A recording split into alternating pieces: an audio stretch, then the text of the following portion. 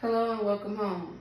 For the purpose of our viewers who don't know you, I must say we have one of LA's most respectable Crips, Tiny Timmy Tucker from A-Trey Gangsta. After 23 years in prison, we definitely like to pick your brain. So will you allow me to ask you a few questions? Most definitely. Thank you for welcoming me home. It feels good to be back with family and friends and to be able to display a new side of myself. So with that being said, the first question I'd like to ask you is, after 23 years in prison, how has your view changed about gangs and the life? Hmm. Well, that's not just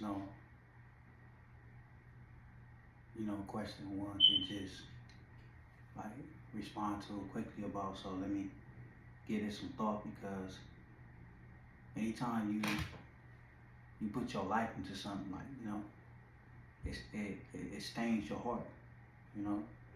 It leaves a great impression on your mindset, on your style, on your push, on everything.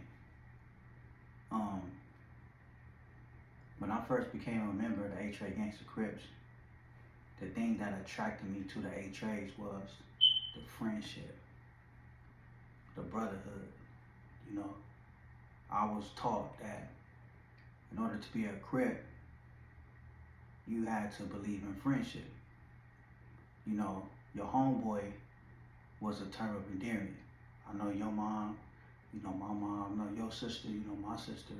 We walked to school together, we walked home together. That was a term of endearment. So it was very sacred.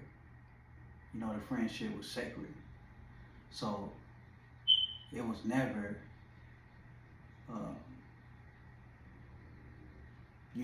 any hatred in your heart towards your friends. You know, you did everything with your friends. We played marbles. You know, we rode mopeds together. We raised birds together, dogs. We rode bikes together, walked to school together. We did everything together. So that attracted me. You know, that friendship, that brotherhood. Whereas, involving myself in things with this group, I had no problem with involving myself with this group and doing things because these was my brothers. Now, I did 23 years in prison and a lot of things have changed. It's no longer about friendship. It's no longer about brotherhood. You got friends killing friends. You got friends aligning themselves with enemies, killing their friends. It's a lot of betrayal. Um, just a lot of things that will be considered unorthodox, to the way that we were taught in regards to how we should be as far as being a part of um, this street organization. So, like, to me, I feel like it's over with, you know, it's over. Like, the things that I was taught, the things that Monster Cody shared with me, the things that Lil Crazy D shared with me, the things that Big Timmy Tucker shared with me, Big Stagger Lee, rest in peace to my OGs. Them things don't exist no more. Like, homeboys not homeboys no more. They're now your enemies. People you grew up with, you hear the things they say about you, or you hear the things that they say about other people they grew up with, and they just leave a bad taste in your mouth. Like, wow, we were friends. Like, we went to the same elementary school together. We went to the same high school together. We went to, the same events together. And now we enemies. Like, so definitely, with time brought forth a dramatic change within the culture of Crippin' and the Bloods. Like, it's not only just the Crips. The Bloods is affected by the disease. The Southsiders is affected by the disease. Any gang that's in Los Angeles is affected by the disease. Like, friends are no longer friends anymore.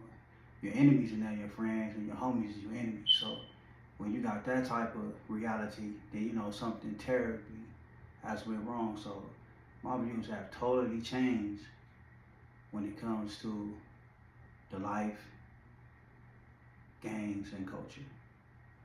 You know, at 46 years old, you know, I believe that it's important to, you know, create more strong ties with your family, you know, your children. You know, I believe that, you know, when I talk to my homeboys, you know, the dudes I grew up with, I tell them they should close the books.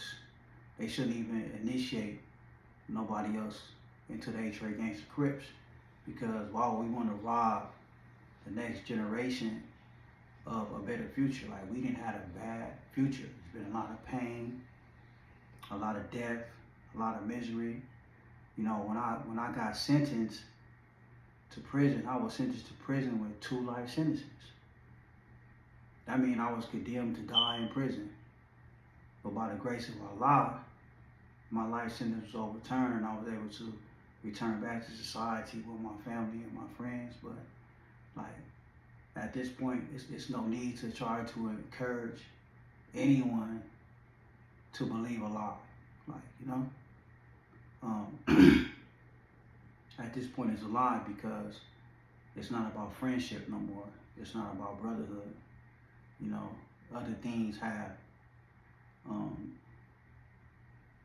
sneaked themselves to the table, and that's caused a lot of corruption, you know, in regards to the belief system. So at this point, there has to be a reroute.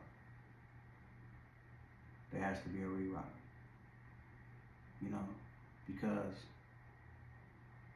you know, like I said, it does a disservice, you know what I'm saying, not only to communities, but it also does a disservice to our people to not inform young black men and young black women about the dangers and the suffering that they're going to have to go through being part of a lie. You know, so at this point in my life, definitely, you know, my views and thoughts has changed, you know, dramatically.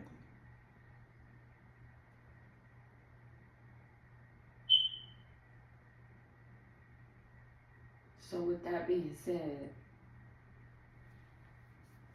where does reroute come from? Reroute comes from me doing 23 years in prison. I started off at Los Angeles County Jail. From there, I went to Corcoran State Prison. From Corcoran State Prison, I ended up going to New Folsom State Prison. From New Folsom State Prison, I ended up going to Calipatria State Prison. Calipatria State Prison, I ended up going to Salinas Valley State Prison. From Salinas Valley State Prison, I ended up going to High Desert State Prison. From High Desert State Prison, I ended up going to Pelican Bay State Prison. And from Pelican Bay State Prison, I ended up going back to Salinas Valley State Prison. And from Salinas Valley State Prison, I ended up going to Lancaster State Prison, where ultimately I ended up paroling.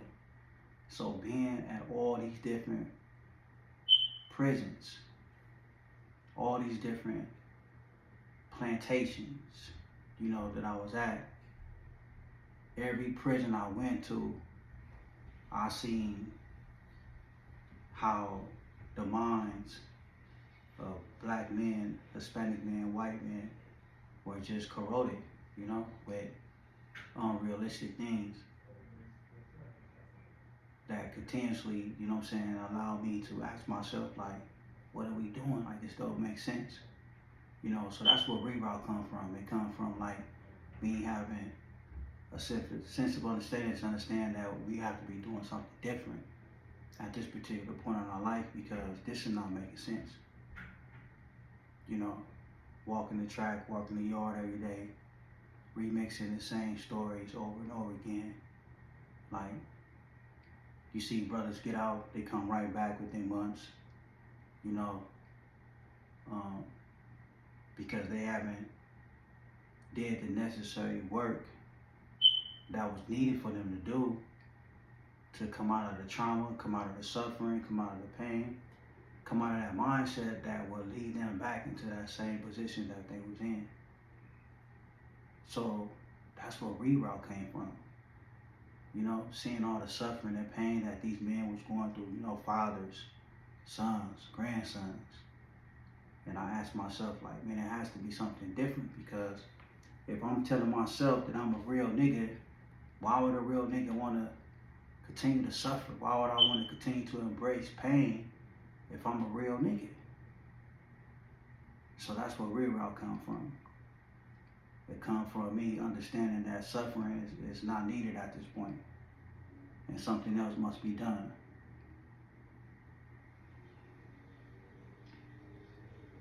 That's deep. That's super deep. And with the next question, why? I mean, I know you said everything that you said, but why do you think it should be a reroute? I mean, at this point, it's genocide. You know, the killings that's taking place in South Central Los Angeles is recreation. You know, it's not even for, like, the revenge of one loved one being lost.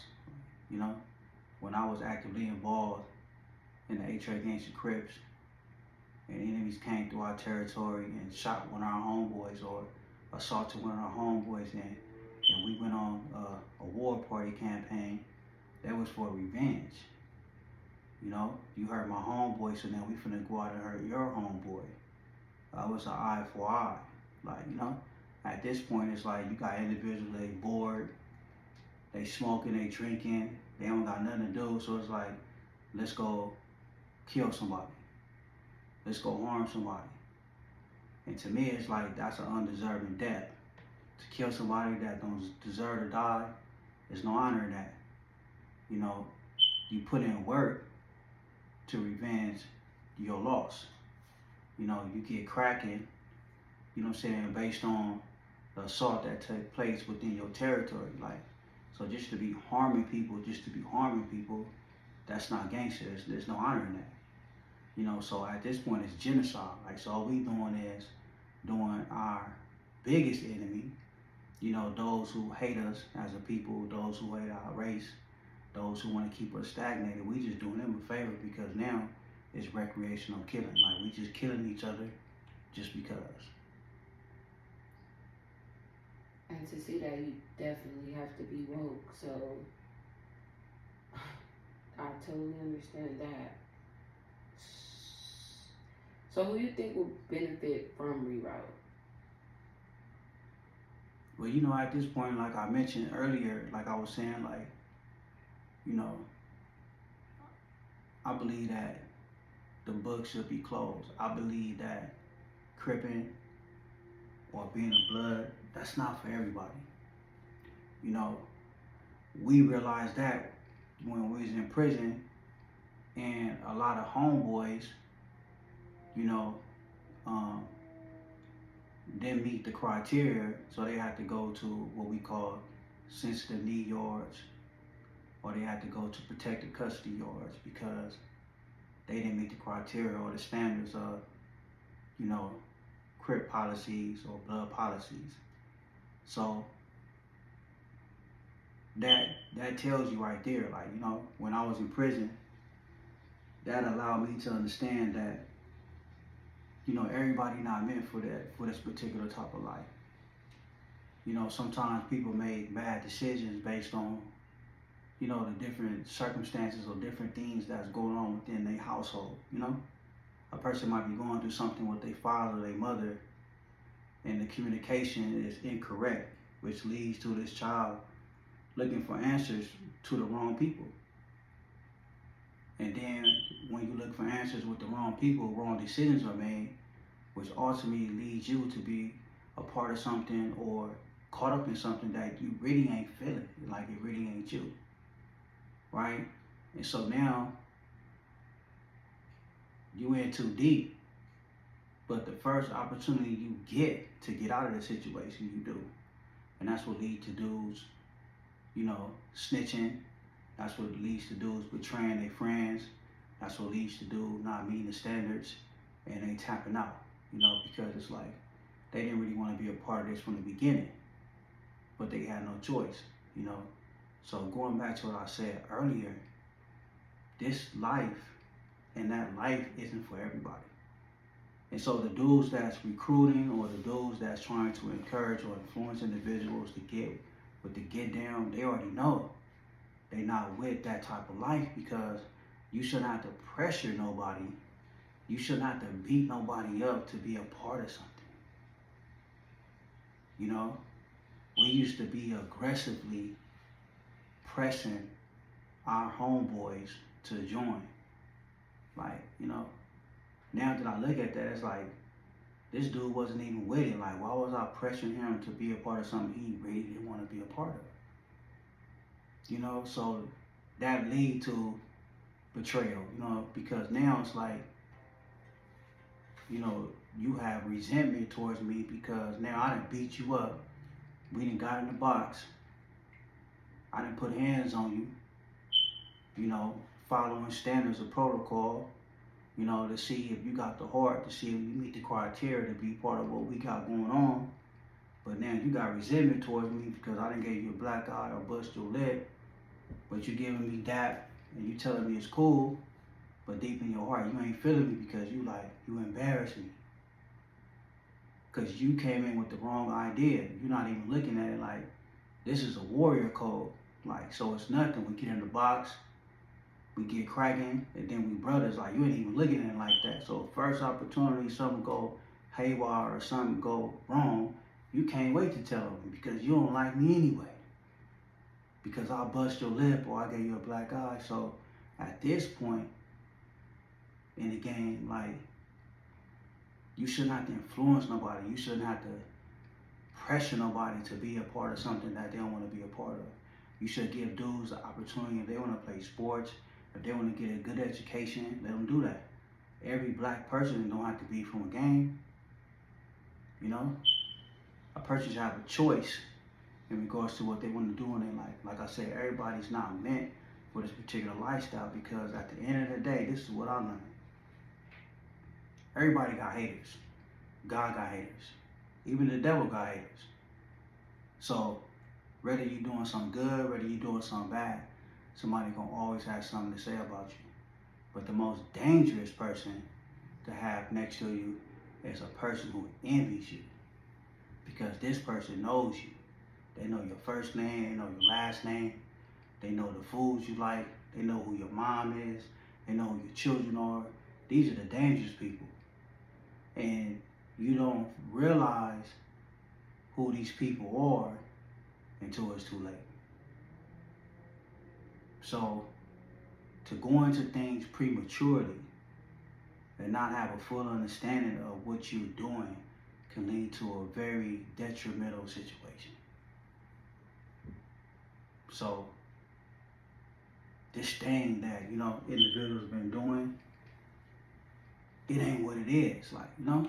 And if you a real nigga, or you anybody that stand on something, and you got children, or you got a family, to tell your family like what you doing is real, or to say you a real nigga, right?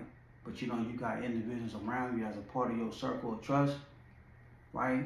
They got poor standards, poor characters, poor reputation. You know, if the 12s pull up, you know what they gonna do. How is this a solid circle? How is this a circle of trust where you know you got individuals that made an oath to something and then they broke the oath? Once that exists, now it's time to reevaluate and to make different decisions, because why would you want to continue to be a part of something where you know that the circle can't be trusted? Or if I elevate and I accumulate some type of success in my life, now you hate me because I got a nice car, or I have a nice home, or, you know, I'm married, or, you know, I have this credential now, which you hate me for. We homies though. So when you have all these different type of things existing, but it started off that we were friends, and this thing was based on friendship, how can you not reevaluate your decisions and what you're doing? See, it goes back to now we have to reroute because it ain't what we signed up that we said we was going to do. So when you become my age, I'm 46 years old. I didn't even think I was going to make it to see 46 years old. Because when I was on the streets, I was doing what I signed up for. And anybody that know me, they know what it is. I don't even have to go into it, you know?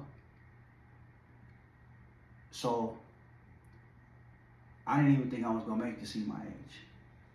But thanks to God, I made it to see my age. So it'll be foolish for me to be at this age and to tell somebody younger than me, like, oh yeah, this is what's up. This was, you know, this is the life. Like, this shit is solid. Like, niggas is like, that'll be a lie. Because it ain't true. Like, we human beings, right? So niggas got defects in their character.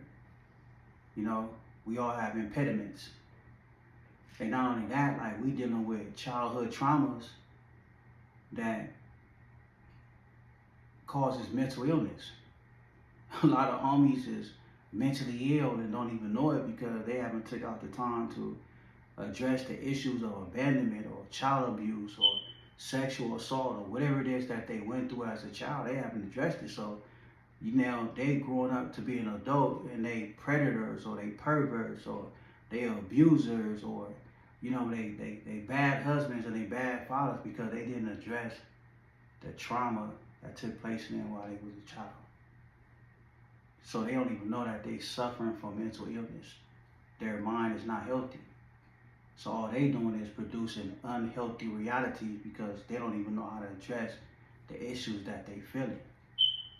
This is what gangs do to you though, trauma. Seeing dudes get their brains blew out. You killing somebody, that's unnatural, it's not even normal.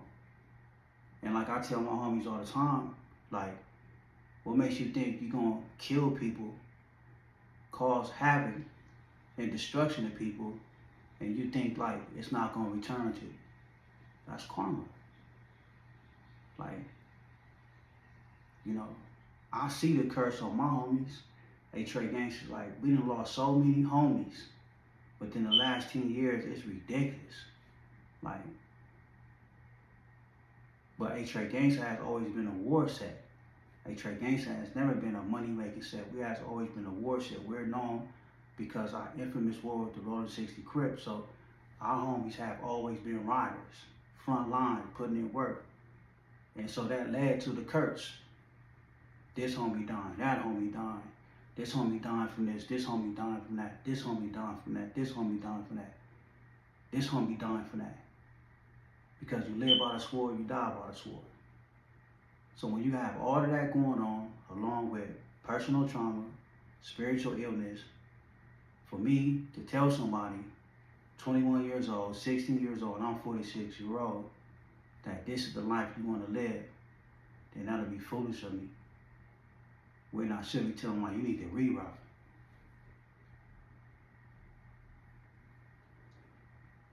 Yes, that was a lot. And so with the high level of pressure and the uphold of one trying to keep their character intact, do you believe that there's a chance to reroute individuals who are already in their early 30s, late 20s? Most definitely. You know, like,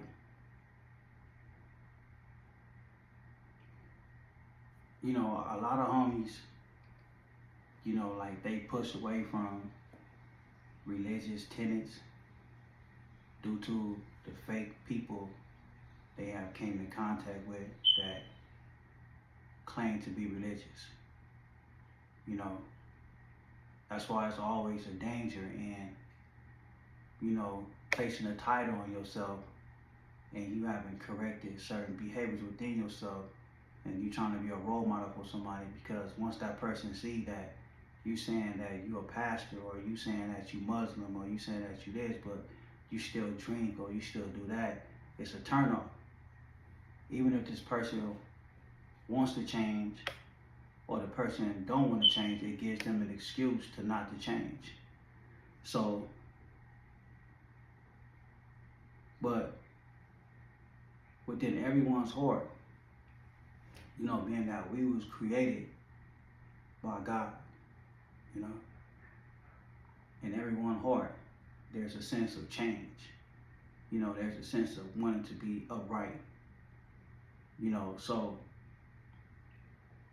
whether it's today, whether it's tomorrow, this goes back to what I was saying. Like, you know, majority of individuals from the streets, they consider themselves to be a real nigga if they standing on principles. So once you reach a certain stage of development, then you start to realize, like, I'm 36 or I'm 46-year-old. I have a son, I have a wife. Then you get to start thinking about the type of demonstration you want to put down within your home, with your wife, with your kids, with your family. Like, who wants to give a poor demonstration to your son or to your daughter? I don't. You know, if I'm able to give any type of insight or demonstrate anything to my child, I want to demonstrate something better for my child. I don't want to send my child down the same road I've been down, because it's been a hard road. It ain't easy cripping. Like, you know, so if individuals, you know, they think it's fun, it's not fun. It's not fun losing your homies. It's not fun being in shootouts. It's not fun sitting in prison with 2 life sentences. It's not fun being in the shoot. It's not fun going to the hole while you're in prison because you got to put in work. It's not fun being in prison, getting caught with a knife, and you sitting in the hole looking at a DA referral, wondering if they're going to pick up the case or they're not going to pick up the case. Like, it ain't fun doing none of that. You know, so cripping ain't easy. You know, however, it's a choice that we made from where we from, you know, to carry out that belief system. But, like, definitely in every homie heart that I haven't came in contact with, or I've been in the cell with, everything that came out their mouth was about change. Man, I wish I could be with my daughter. Man, I wish I could be with my girl. Man, I wish I can change this situation. Or man, I wish I could change that situation. So I think a lot of times, like, when individuals don't want to put forth the effort to do a thing, it's just because they just don't want to, not because they can't. That's definitely true. It's definitely something you have to want to do. And we know that a lot of these problems start with the youth. So, what advice will you be giving parents and guardians who are struggling with the youth, who are entwined with the gang culture? One of the best advice I can give to any parent, any guardian that's trying to reroute their child from the life of gang culture is, first of all, start with yourself. You know, these children are smart. So when you're dealing with a child that's a teenager and you telling the child not to do this or do that, or you coming with the approach, I brought you in this world, I'll take you out. These children not trying to hear that, because it's like, why should I change to do the right thing? You ain't. You drinking, you smoking weed, like, you cheating on mama, like, you know, why should I listen to you? You know, you doing what you doing. So the best advice I can give to a parent or a guardian is, first, check yourself. Check yourself, address your issues first, you know, and at the same time, work these issues with your child, because anybody can respect somebody putting forth effort to try to make a change. Anybody. An animal can respect it. So if somebody sees you trying to put forth effort to change and correct your behavior, then that'll have somebody to be open to what you're saying. But if you're not trying to change and you're trying to tell somebody what to do, they're not going to listen to you, because it's like, you're doing it, so why I can't do it? So for me, I feel like if you're trying to change your child from certain behaviors, it first starts with you. Change you. Get off your high horse. Get out your belief system. Get out, you know, your foundation and your thoughts, as if what you say is that's just what it is. And you grow, you learn new ways to address situations and to deal with your child. Your child will respect you. That's one of the things that was very important when I was gangbanging and putting in work for A-Train Gangsta was respect. If I found out that an enemy wasn't trying to respect me, I'm gonna make this enemy respect me. If I had a situation where one of my homies wasn't respecting me, oh, we gonna get to the respect, because that's the only way that you can survive on the streets or in prison is your respect.